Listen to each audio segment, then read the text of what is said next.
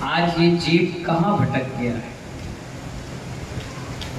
आज महेंद्र भाई, ये जीव कहाँ भटक गया है जहां वो परंपरा और रूढ़िवादिता में फंस गया। आचार्य भगवान हमें बता रहे, हम एक भ्रम के कारण अनेक अनेक कष्टों से अपना जीवन गुजार रहे हैं। एक भ्रम से, अगर वो भ्रम हमारे जीवन से निकल जाएगा तो हमें कष्ट नहीं लगेगा। वो सुंदर तरीके से जीवन जीने के सरल तरीके काली भाई हमें मिल जाएंगे। मैं सही हूँ, जोर से बोलो, मैं सही हूँ, मेरा मार्ग सही है, बोलो, हाथ जोड़कर बोलो, मैं सही हूँ, मेरा मार्ग सही है, मेरी आस्था सही है, मेरे गुरु सही है, मेरा धर्म सही है, शेष सही नहीं है। बस यही आपका भ्रम है। क्या कहा आपने? मैं सही हूं, मेरी आस्था सही है, मेरे धर्म सही है, मेरे गुरु सही है, मेरा मार्ग सही है। जहां तुमने मेरा शब्द ले लिया ना, वहीं पर एक भ्रम की दीवार है। आप इसको कहो हमारा मार्ग सही है, हमारी आस्था सही है, हमारे गुरु शब्द इस्तेमाल करो तो ये भ्रम नहीं आएगा। महानुभाव, मैं और हम में जमीन आसमान का फर्क, मैं और हम में जमीन आसमान का फर्क है। बसंत कुमार जी, मैं में व्यक्ति अकेला रह जाता है और हम में सारा जहां जुड़ जाता है।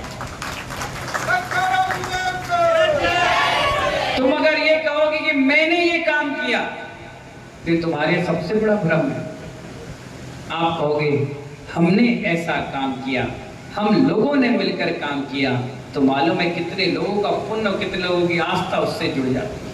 अगर मैं ये कहूं कि मैं व्यसन सागर, तो आपका लगे बहुत बड़ा इंकारी है, और मैं कहूंगा हम आपके व्यसन सागर, तो ऐसा लगेगा हमारा परिवार पर कोई व्यक्ति। तो यही आचार्य भगवान बता रहे हैं हमें कि मैं एक ऐसा भ्रम है जो हर व्यक्ति के जीवन में घूम रहा है, भटकन पैदा कर रहा है। और यहाँ तक कि आप तो छोड़ो श्रावक हो, साधुओं के अंदर भी मैं समाया हुआ है। इसीलिए मोक्ष मार्ग में कई लोग की बाधा उत्पन्न हो जाती है। मैं, रूढ़िवादिता, मैं नहीं। Be positive. क्या कहा मैंने? हमेशा क्या सोचना चाहिए? यानी हम पॉजिटिव हैं, हम अच्छी सोच वाले हैं। इससे व्यक्ति जुड़ता चला जाता है, आगे बढ़ता चला जाता है। हमारे आचार्य भगवान कहते हैं, जरा सोचो, ये धारणा जन्म के कारण बनी हुई। जैसे ही आपका जन्म हुआ, आपके मस्तक पर ठोक दिया गया कि आपके ये भगवान, आपका ये धर्म, आपकी ये आस्था, आपके ये गुरु, आपकी ये चिन्हवाणी। जबकि अगर वो व्यक्ति जन्म के बाद किसी और घर में चला जाए, फिर उसकी धारणा ही चेंज, उसकी मन मस्तक की विचार चेंज। चाहे वो हिंदू के जन्म ले। एक व्यक्ति मेरे पास प्रश्न कर रहा था, बहुत बढ़िया प्रश्न, अनुराग पंडित जी, एक व्यक्ति मेरे पास बहुत जोरदार प्रश्न करके आया, मैंने भी बहुत जानदार आंसर दिया। आपको अच्छा लगे तो ताली बजाना। बहुत बढ़िया आंसर। बहुत सारे पत्रकार बैठे थे और हिंदू मुस्लिम का आज पूरे देश में डंका चल रहा है। कहीं हिंदू, कहीं मुस्लिम, कहीं मुस्लिम, कहीं हिंदू। बहुत जबरदस्त एक तनाव की स्थिति है, क्योंकि आने वाले समय में विधानसभा और लोकसभा के चुनाव है। तो पेपर वालों को भी मुद्दे चाहिए। वो मुझसे भी कहलवाना चाह रहे थे कि आप किसी धर्म के बारे में कुछ कहो, लेकिन जैन मुनि मौनी है। मौनी क्या है? स्यादवाद को जानने वाला है, एकांत नहीं अनेकांत को जानने वाला है। उसके पास जो भी आएगा वो उसको आशीर्वाद देगा। वो अखबार वाले, पेपर न्यूज वाले ने मुझसे एक प्रश्न कहा कि महाराज श्री, एक बात बताओ, जब इंसान जन्म लेता है तो जन्म के समय वो हिंदू होता है कि मुसलमान? मेरे पास प्रश्न लेकर आया नरेंद्र भाई, कहने लगा कि जो व्यक्ति इस धरती पर जन्म लेता है वो जन्म के साथ मास्टर साहब हिंदू होता है क्या मुसलमान? मैंने 1 मिनट सोचा और प्यार से आंसर दिया। मैंने कहा ना वो हिंदू होता है ना मुसलमान, वो तो दिगंबर होता है। मैंने कहा ना हिंदू होता है पारस भाई, ना वो मुसलमान होता है, जन्म लेता है तो हमारी तरह दिगंबर होता है। इसलिए कहते हैं आदि दिगंबर, सनातन दिगंबर, ना कोई लाया ना कोई ले जाएगा, यथा जात रूप दिगंबर। वो पथकार वाला जो हमें प्रश्नों में उलझाने आया था, वो खुद हमारे आंसर में उलझ कर रह गया। कहते हैं इसीलिए तो कहते हैं सर्वश्रेष्ठ दिगंबर, इसलिए कहते हैं, हंसता हुआ मुस्कुराता हुआ चला गया। तो महानुभाव हमारे आचार्य कह रहे हैं, अगर जन्म किसी अन्य धर्म में या संप्रदाय को मानने वाले धर्म में होता तो क्या हम वही कहते जो आज कह रहे हैं? नहीं, जिसके यहाँ जन्म लेते वही सील हमारे मस्तक पे लगा देता कि तुम हिंदू, तुम पौरवा, तुम अग्रवाल, तुम जायसवाल, तुम परवार, तुम बरैया। तो महानुभाव क्या वही जो आज है वही तुम कल भी कहलाते? आचार्य कहते नहीं, ऐसा नहीं है। महावीर ने हमें बहुत कुछ समझाया, भगवान महावीर ने हमें बहुत कुछ समझाया, और आज तक भगवान महावीर ने किसी धर्म की बुराई नहीं करी, कभी नहीं की। उन्होंने धर्म के रूप में जो पाखंड फैला रखा है लोगों ने, उस पाखंड का पुरजोर विरोध किया और कहा वो पाखंड वो जो अज्ञान तुम्हारे घरों में और परिवार में और तुम्हारे मन मस्तिष्क में बैठ गया है, उस अज्ञान को दूर करने के लिए उन्होंने कहा कि नहीं, धर्म के पाखंड को दूर करो। उन्होंने कभी ये नहीं कहा कि मेरी दुकान का माल बिल्कुल परफेक्ट है। उन्होंने कहा इस जहां पे बहुत सारी दुकानें हैं, एक कपड़ा लेने जाता है व्यक्ति तो कपड़े के मार्केट में 50 दुकान होती है, लेता वही है जहां उसकी इच्छा होती है। उन्होंने कह दिया ये भी समझ लो, ये भी समझ लो, ये भी समझ लो, ये भी समझ लो, तुम्हें जो अच्छा लगे, जो तुम्हारी आस्था जहां जुड़ जाए वहां जुड़ जाओ, लेकिन धर्म से जुड़े रहो। किससे जुड़े रहो? उन्होंने कहीं किसी की बुराई नहीं की। एक भी ग्रंथ उठाकर बता दो कि उन्होंने मुसलमान के बारे में बुराई करी हो, एक भी ग्रंथ उठाकर बता दो उसमें जीसस के बारे में बुराई करी हो, एक भी ग्रंथ उठाकर बता दो उन्होंने बुद्ध महात्मा के लिए बुराई करी। उन्होंने किसी का नाम तक नहीं लिया, उन्होंने तो अपना एक लाइन अलग बनाई और कहा अहिंसा परमो धर्म, जियो जीने।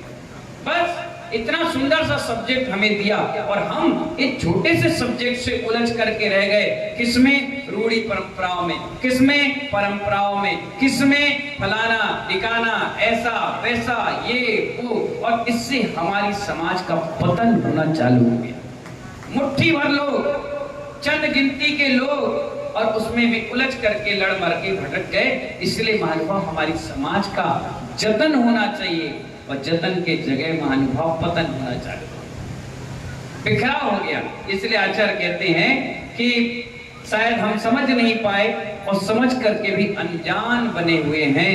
हम भगवान महावीर की जय तो खूब बोलते हैं, खूब बोलते हैं। अभी बोलूंगा तो 100 बार बोलूंगा, तो 100 बार नहीं तो 101 बार बोलूंगा।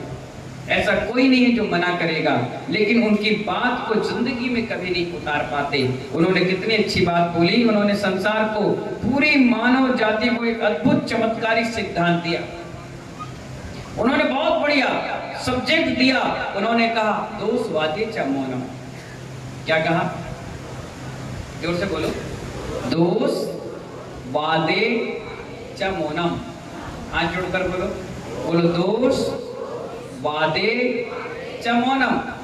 जब कभी तुम्हें बुराई का मन बने तो उस समय मौन हो जाना। क्या कहा उन्होंने?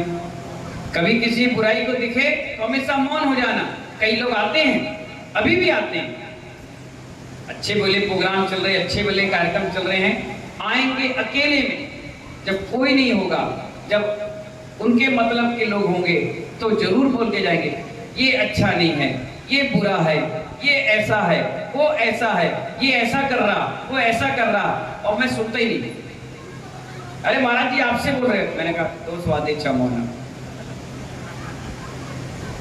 दोष वादे च मौनम। जहां दोष दिखे वहां मौन हो जाओ। कितना बड़ा उदाहरण महाभारत में आया है, कितना बड़ा उदाहरण। श्री कृष्ण और अर्जुन दोनों सुबह सुबह भ्रमण पर निकले। रानू इवनिंग वॉक पर कि मॉर्निंग वॉक पर? इवनिंग नहीं, मॉर्निंग वॉक पर निकले। सुबह सुबह निकले। अर्जुन और श्री कृष्ण जब निकले तो एक स्वान डॉग रास्ते पे मरा हुआ पड़ा था। जैसे ही श्री कृष्ण ने देखा तो हंस पड़े और अर्जुन ने अपना मुंह बंद कर लिया, क्योंकि मरा हुआ था तो बदबू आ रही थी। क्या आ रही थी? बदबू। और वो जो स्वान था, डॉग था, वो देवता बने हुए थे। इंसान कोई ऐसा जानवर नहीं था, देवता थे और सड़ान बदबूदार था। तो अर्जुन ने तो अपनी नाक बंद कर ली और चलने लगे। श्री कृष्ण उसके नजदीक पहुंच गए और जैसे ही पहुंचे तो अर्जुन ने कहा, तात बहुत बदबू आ रही है, अपन यहाँ क्यों खड़े हैं? बोले, नहीं अर्जुन, देखो बुराई में भी गुण देखो, बुराई में भी गुण निकालना सीखो। उस श्वान को देखो, उसके दांत कितने सुंदर चमक रहे हैं। गुणग्राही का दोष कभी नहीं देखना चाहिए महानुभाव। आप ये देखिए कि हमसे तो अच्छा है, हमसे तो ज्यादा काम कर रहा है, इतनी अच्छी व्यवस्था बना रहा है। 20 साल के बाद प्रयास करने के बाद वर्षा योग मिला है। अगर 20 गलती भी निकाले तो ना जाने 40 साल तक दोबारा नहीं मिलने वाला, नहीं मिलने वाला। अच्छा ही ढूंढो। 4 टाइम तुम्हें सुनने मिल रहा ना, 1 टाइम आहार देने मिल रहा ना, जब जब तुम्हारे घर परिवार के लोग आ रहे तुम्हें आशीर्वाद ही तो मिल रहा है। कोई ऐसा व्यक्ति है कि जिसे लठ मार के भगा रहे?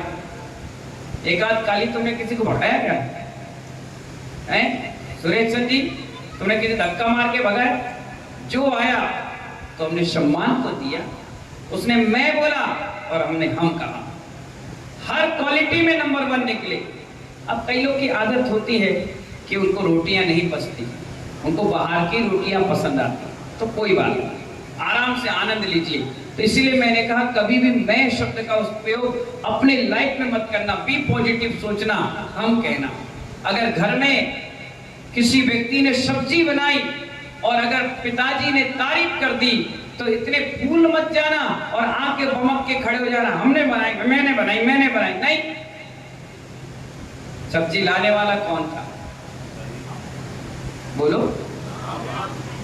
हम नहीं लाया, कौन? बेटा। सब्जी लाया कौन? बेटा। सामग्री मसाला लाया कौन? पिताजी। तेल सामग्री लाया कौन? कमाया कौन लाने से पहले? पिताजी। ठीक है ना, समझना। ये सारा काम किसने किया? जेंट्स। माता जी ने सब्जी बनाई, चाकू से बनाई, और सिर्फ बहू ने मात्रा से उसमें मिला के सब्जी को उबाला ही तो है, पर श्रेय लेने के लिए ऐसे पहुंच जाती है, ऐसे पहुंच जाती है जैसे मिस यूनिवर्सिटी का पूरा ताज इसी के सर पर लगाया जा रहा है। जबकि उस बहू को ये कहना चाहिए, बाबूजी सब्जी आपने लाई, बाबूजी मसाला ये लेकर आए, बाबूजी पतिदेव कमाने गए, माँ ने सब्जी बनाई और मैंने तो सिर्फ छौंका लगाया है, खाने का काम आप कर रहे हैं। इससे घर परिवार उठता नहीं। मिल बांट के खाइए। कई बार ऐसा भी होता है, भीड़ बहुत आती है, कार्यक्रम बहुत बढ़िया होता है, हम शाम के जब बैठते हैं महाराज के साथ तो हम ये कहते हैं हमारे महाराज की तपस्या के कारण इतनी भीड़ हो रही है। तो महाराज कहते हैं नहीं, आपके कारण हो रही है। मैंने कहा नहीं, जब दोनों का हाथ मिलता है तो हाथ जुड़ जाता है। दोनों का हाथ मिलता है तो जुड़ जाता है, एकता का प्रतीक होता है। कभी तुम बड़े बन जाओ, कभी हम बड़े बन जाएंगे। इससे बैलेंस शीट बराबर चलती है, इससे आनंद आता है। इसलिए तो महानुभाव साधुओं के चातुर्मास होते हैं कि तुम्हारा जो पत्थर है ना वो ऐसे नहीं पिघलेगा। पानी में वो ताकत होती है जो पत्थर रोक दे। कई बार पत्थर, पानी बहता है तो पत्थर लगा दिए जाते हैं बांध में कि ये पानी रुक जाए, लेकिन जब पानी अपने प्रभाव में होता है ना तो उस पत्थर को काट करके बाहर निकल जाता है। तो ऐसी माँ जिनवाणी के शब्द हैं, अभी तुम्हारे समझ में नहीं आ रहे हैं, आपने पत्थर लगा रखे, लेकिन जितने में समझ में आने लगेंगे ना तो तुम्हारा पत्थर फट पड़ेगा और उसमें से भी पानी निकलना चालू हो जाएगा और आप कहोगे वाह, हमने 5 महीने वर्षा योग का ये आनंद लिया कि हम लोग बोलते नहीं थे और बोलना चालू कर गए। हम लोग मैं शब्द का इस्तेमाल करते थे, अब हम कहने लग गए। इसलिए महानुभाव हमारे भगवान महावीर कह रहे हैं कि ये परम शांति और परम सूत्र जो सुख का सूत्र दिया है वो हम शब्द है। बहुत पॉजिटिव, बहुत वजनदार ये शब्द है। जिस दिन अपने घर परिवार समाज में आपने हम शब्द का इस्तेमाल करना चालू कर दिया, छोटों को बड़ा और बड़ों को प्रेम देना चालू कर दिया, तो महानुभाव कहाँ लड़ाइयाँ झगड़े बचेंगे, कहाँ द्वंद्व युद्ध होंगे, कहाँ युद्ध झगड़े। ये 80% काम मैं में खत्म हो जाता है, और ये 80% जहाँ मैं में खत्म हो जाता है, हम बोलना चालू होंगे तो 100% काम सक्सेसफुल हो जाएगा। इन्हीं मंगल भावनाओं के साथ सभी को बहुत बहुत आशीर्वाद। आज 24 जुलाई का दिन सभी के लिए मंगलमय हो। बहुत बहुत आशीर्वाद।